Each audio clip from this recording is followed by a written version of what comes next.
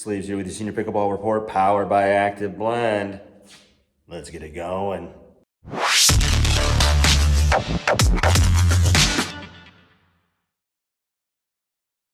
Before we get to our interview, I wanted to talk to you about one of my sponsors, Active Blend.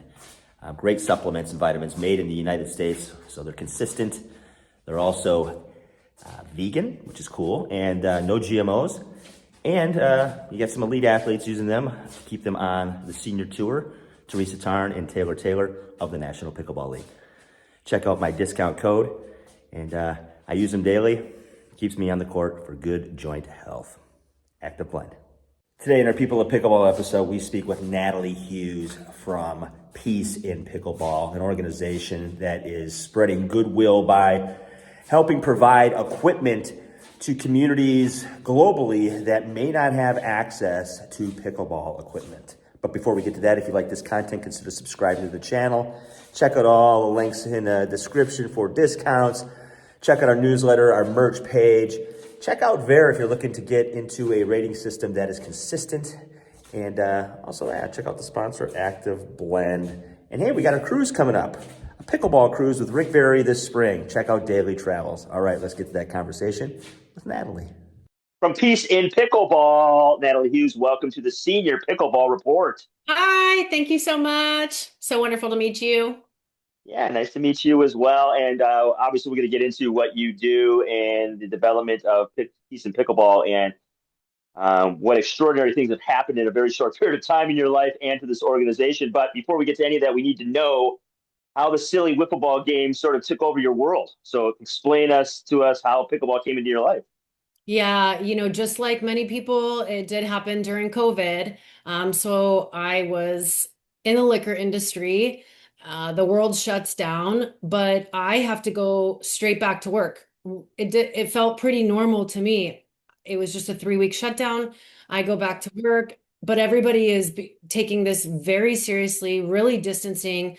And it became very lonely for me. I was out there with no family. I mean, all my friends were distanced and I have no pets, and it was strange. It became very lonely very quickly. I saw these people gathering and I was very curious about, assumed that they knew each other, of course, but then it Sure. happened frequently enough that I became curious enough to ask someone what exactly they were doing. And Yeah. they told me that they were giving, a clinic, a pickleball clinic. So I couldn't join right then, but to come back in a couple of days and they would happily welcome me. Right. So that's how it started. And then I went Okay. to nearby Wyoming, just kind of seeing how they were dealing with COVID, and Yeah. went out and tied one on one night. Well, you were in the drinking industry. Yeah, People yeah, don't stop drinking. They probably drank more during COVID. exactly. So we had too good of a time, and then Yeah. woke up the next day to go play pickleball, and it was just so much fun. Everybody was willing to teach us and so inclusive and curious about our story, and we had never connected people with people like that before, let alone during COVID. Meeting new Yeah. people was something that just Right. wasn't happening. So we were really curious about the scene a little bit closer to our house, and went back to Colorado and found that it was just as good, if not better. It was Wow. thriving. Um, Yeah. so we were hooked, Yeah. Yeah. I mean, I'm still figuring this out, because the sport's been around since 1965. right? In your YMCA's, community centers, PE classes. My wife taught it in 2003, and all that. And then COVID comes, and it just seems like all of a sudden it was in everybody's sort of ether. Like magically, people started to find out about it, and it just spread like wildfire and consumed clearly yourself, myself, probably 80% of the people I've interviewed so far are, COVID players.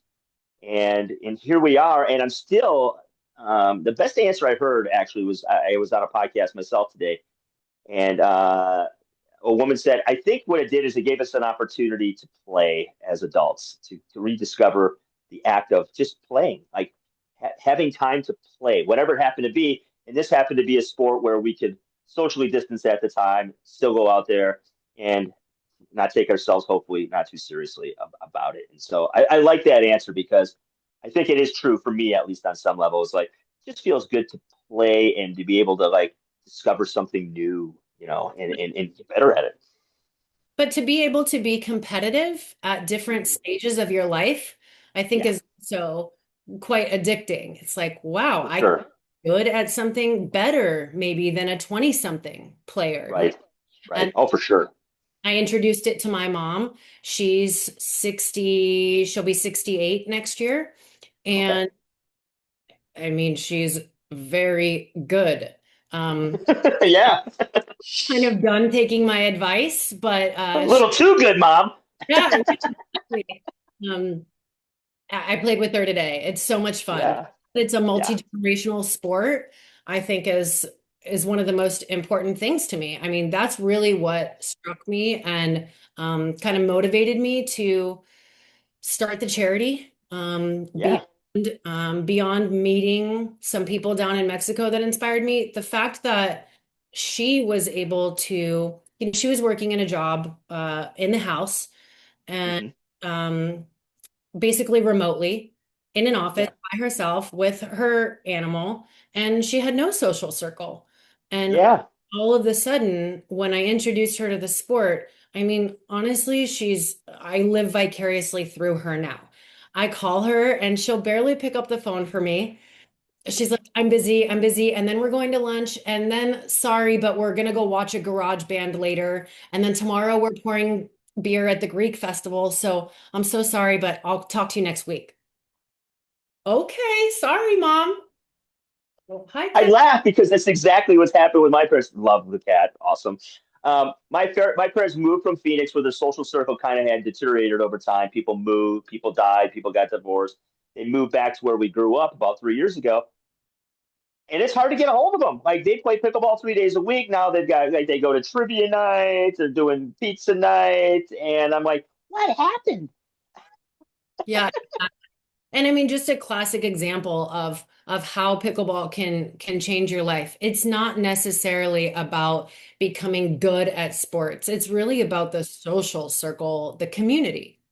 Yeah, for sure. I mean, it's one thing to do what you did and join and get involved and addicted to this game like we all have. It's another thing to create a nonprofit, to go to different countries, to be a global ambassador in a very short period of time. In other words, to take on a whole bunch of stuff that you probably never saw coming in your life working in the liquor industry. So take us through that journey a little more. You touched upon it, but like, how does that happen? Yeah, it's definitely changed my life. So I was down in Mexico just playing, taking a little mini vacation with my mom. We were playing with an expat community in Puerto Morelos, and some young kids came up with a soccer ball. And so I asked the woman that we were playing with if I could move our net away from one side of the court so that we could share the space with them. She said, "Yeah, of course we can, but they're actually here hoping that we'll play pickleball with them." And I was like, "What? Amazing." Went to go grab the paddles and she was like, "No, no, no, wait." And I was like, "Oh, what do you mean?" She said, "If you play with them now, they're going to come back in a couple of days and expect us to play with them too." And I said, "Okay, and you don't? You won't?" She said, "We really don't have the equipment to. Like, we're down here living on fixed incomes. We don't really go Yeah, back and forth from the US, so we can't just pick stuff up. People don't leave their extra equipment here. So, you might be able to play with them now. You're willing to, give them your paddles now, but what happens when you leave? We can't really you're keep them." right. So I was like, okay, so this is an equipment supply or shortage issue. If I could get you donated materials, nets, paddles, balls, would you play with the kids and invite the locals? She said, yeah, of Yeah, course, that would be amazing. Now, I don't know how many people have said something like that before, overpromised, yeah, delivered sort of thing. sure, But sure. I made that call right there, got everything donated, and bought plane tickets as well for the first week of April. And I was very serious about it. I wanted to show her. So Yeah, the expat pickleballers put together some clinics for us that we were teaching the expats Sure. to keep the program going. And then we took over the PE class at a secondary school for 2 days, taught the Yeah. teachers and the principals and all the kids pickleball for 2 days. It was Yeah. incredible. Absolutely the most rewarding thing that I've ever done with my time or energy.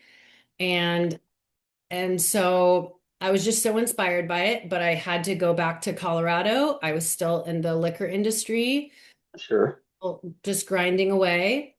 And then several months later, my birthday was coming about. My mom asked me what I wanted to do. I said, well, why don't we try to recreate that experience in a different part of Mexico? Let's see if we can Yeah. get something going. I'll ask my local pickleball groups for some donated materials. And then Sure. so I reached out to a different part of Mexico, Puerto Vallarta, Mhm. and there were some comments back to me on the Facebook page, but all roads led back to this one woman, Joan Gill. And we had 3 sets of materials to donate. So I was like, okay, that's great. Joan is amazing. I can't wait to talk to her. But who else? Who else is doing work in the area? Every Yeah. single person was telling me to talk to this one woman. Joan is, she was a tennis teacher in the United States, and then she married a Mexican national and had been living down in La Paz de Guanajuato for 25. Oh, yeah. Um, Okay. she was playing tennis, found pickleball as she got older, and really wanted to introduce it to her community. And she was, as much as she could, she was gathering money, materials, Yeah. teachers, teaching people. And she had inspired a local school to put down 2 courts at a secondary school. The harbor had 3 courts, and she was making inroads all over the place. She was absolutely the right person to meet. But Yeah. she was like 70 years old at the time, and she wasn't using social media, and she was kind of difficult to get a hold of. Yeah. Yeah. We flew in on Wednesday and we're leaving on Sunday, and I didn't get a hold of her until Saturday to go Oh, drop wow. play with them.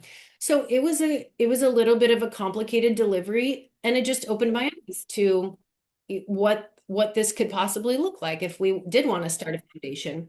So I asked Nice. her before I left, I said, okay, so nets, paddles, balls, what am I not thinking of? She said shoes.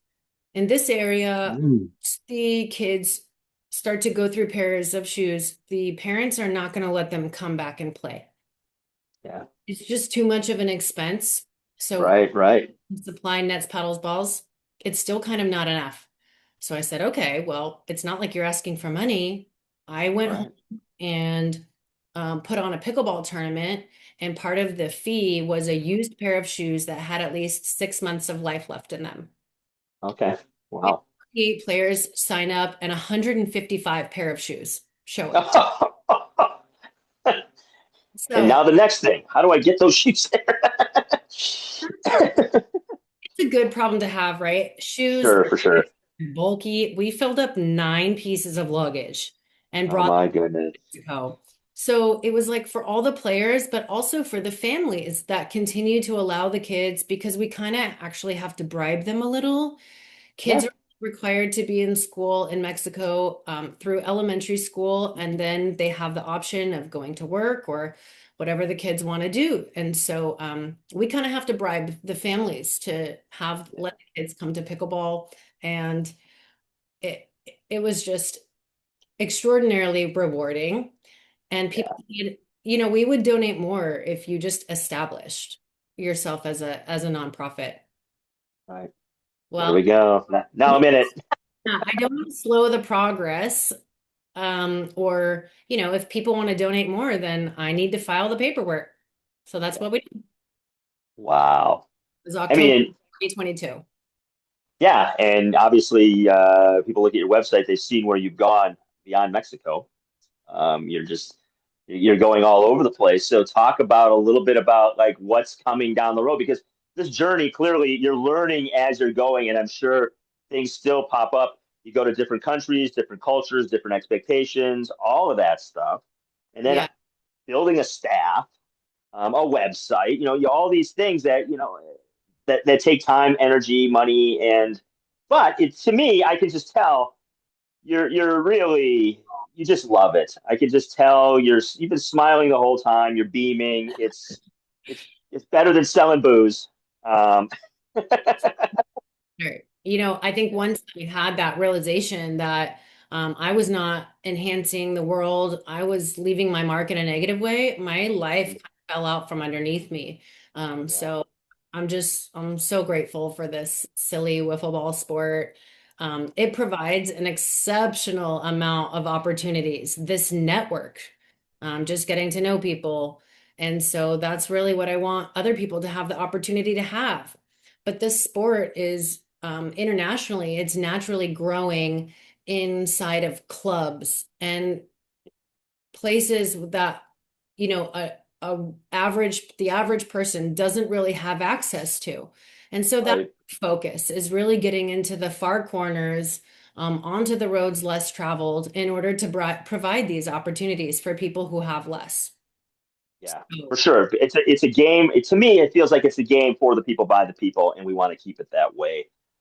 So that being said, what are you looking forward to 2026 and beyond? Because I'm sure the wheels are always turning, and new people come into your life, and they bring their own elements to it and their own ideas. So, what do you see coming for Peace in Pickleball?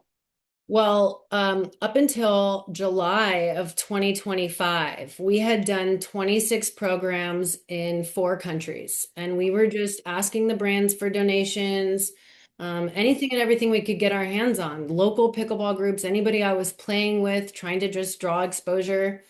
And up until July of this year, we'd done 26 programs in 4 countries. Then we got a very large donation from One Shot Pickleball, 358 paddles and 100 nets. I Awesome. needed to show how the influx, a large donation like that will make a very large impact. So since then, we've done an additional 40 programs in 8 countries just in the last Oh, 4 months of the year. So we went to World Cup in Florida at the yeah.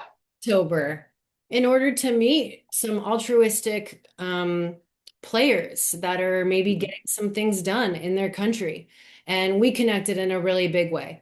So we are now officially partnered with the Pickleball Federation of the Americas and the South American Federation as the impact partner for more than 40 countries. Wow. Next year is looking amazing. We're going to start off in Panama at the Panama Canal Cup. We're the impact partner there. So anybody who joins from international communities that's doing altruistic pickleball work will be donating materials and equipment from that tournament. From there, we go to Ecuador, and then back to Panama, always working. From Panama to Costa Rica, back to the US, got to grab some more equipment. Down to Guatemala. We'll do Guatemala, Nicaragua, Dominican Republic, and Brazil. Yeah. I mean, wow. Where's Yeah, it going to be in 5 years? Holy cow. that is the most exciting thing to think about is Yeah. the possible trajectory. But I really don't want to get too far ahead of myself. Yeah. Right now, most of this, 99% of this entire thing is self-funded. So Yeah. me and my family are carrying the financial weight of all of this. And so this next step is really about finding partners that want to align for global impact.